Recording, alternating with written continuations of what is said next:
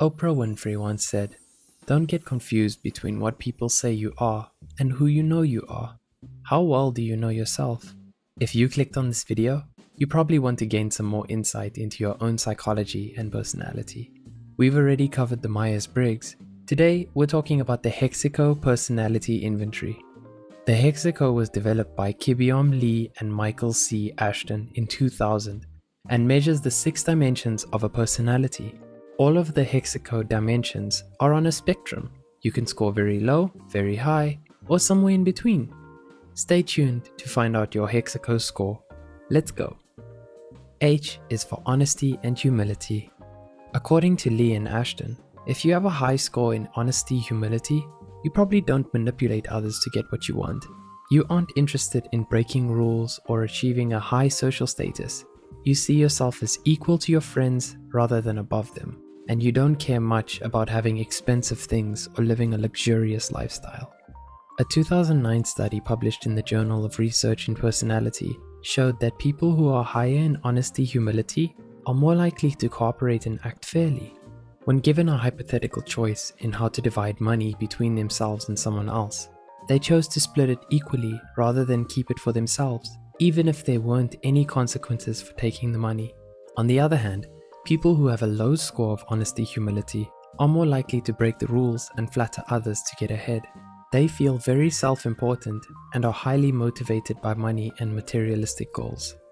E is for emotionality. Take a moment to think about the relationships in your life. Do you heavily empathize with your friends when they feel down and lean on them for emotional support? This is a sign that you are high in emotionality. If you score high in this factor, you might also feel anxious, especially in situations that are physically dangerous, and have a hard time dealing with stressful situations. But maybe you feel the opposite. You don't really feel compelled to talk to your friends about your problems. You don't form strong attachments with them, and you don't get too worried in dangerous or stressful situations. According to Lee and Ashton, these traits indicate that you might be low in emotionality. Researchers suggest that emotionality may have an evolutionary benefit. Those who score high in this factor tend to seek and give emotional support. Supporting others in our tribe and getting this support in return allows us to form mutually beneficial relationships that increase our odds of survival. X is for, this is kind of cheating, but extroversion. Studies show that out of all the Hexaco factors, extroversion is the most strongly associated with well-being. According to a study published in Personality and Individual Differences, the higher someone scored in extroversion, the more likely they were to report higher levels of happiness and life satisfaction. Someone who is highly extroverted loves to go to parties and socialize. They are confident, highly energetic, and optimistic. If you're low in extroversion, you might not be too enthusiastic about going out and meeting new people. You might also struggle to feel confident, especially in large groups, and feel that you're not well liked by others. A is for agreeableness. A high level of agreeableness means that you are forgiving, non-judgmental, and cooperative. You tend to get along well with others and don't get mad easily. If you score low in agreeableness, you might find it difficult to forgive people who hurt you. You may get angry quickly when someone doesn't treat you well. You strongly defend your point of view, and you can easily find flaws in others. According to a study by DeFries and colleagues, interestingly, people who are low in agreeableness were rated by others as being less likable, but more popular than those who are high in agreeableness. This could be because the less agreeable someone is, the more money they tend to make, so their peers might admire them because they're successful, but may find it difficult to get along with them. C is for conscientiousness. Highly conscientious people are disciplined and organized. Some people might consider them to be perfectionists. They are neat, manage their time well, work diligently to meet their goals, and are highly accurate in their work. They also tend to think through all of their options before making a decision. Does this sound like you? If so, you might score high in this trait. This also might be a Hermione type, really good in school.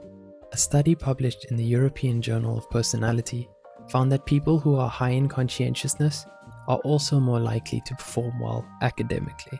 People who are low in conscientiousness don't care as much about keeping a well-organized schedule or a clean workspace. They don't enjoy setting goals that are hard to accomplish and aren't too bothered if they make a mistake. They can be somewhat impulsive and quick decision makers, a real Weasley, if you know what I mean. And finally, O is for openness to experience. If you are high in openness to experience, you might be known as the artsy one in your friend group, the one who loves nature, could spend hours in a gallery, and is very imaginative. You may also be a very curious person who's interested in learning about new topics, especially if they are unconventional. Can't relate to any of these traits? Then you might be low in openness to experience.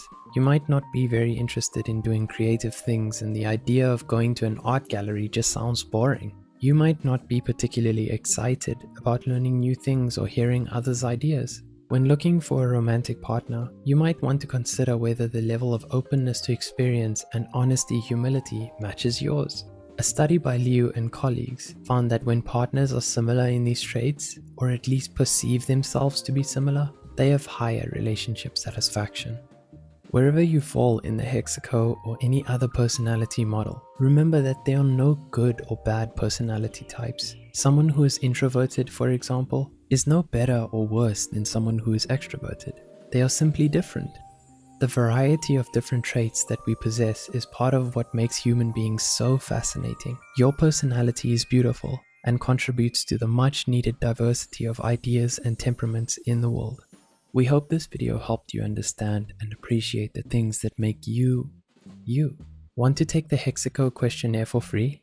Click on the link in the description box below and get your results right away. You can go to hexaco.org/Hexaco online. Share your scores in the comment section and see if you are similar to others in our community. If you want to see more videos that help you understand yourself and others, subscribe and hit the like button. Thanks for watching.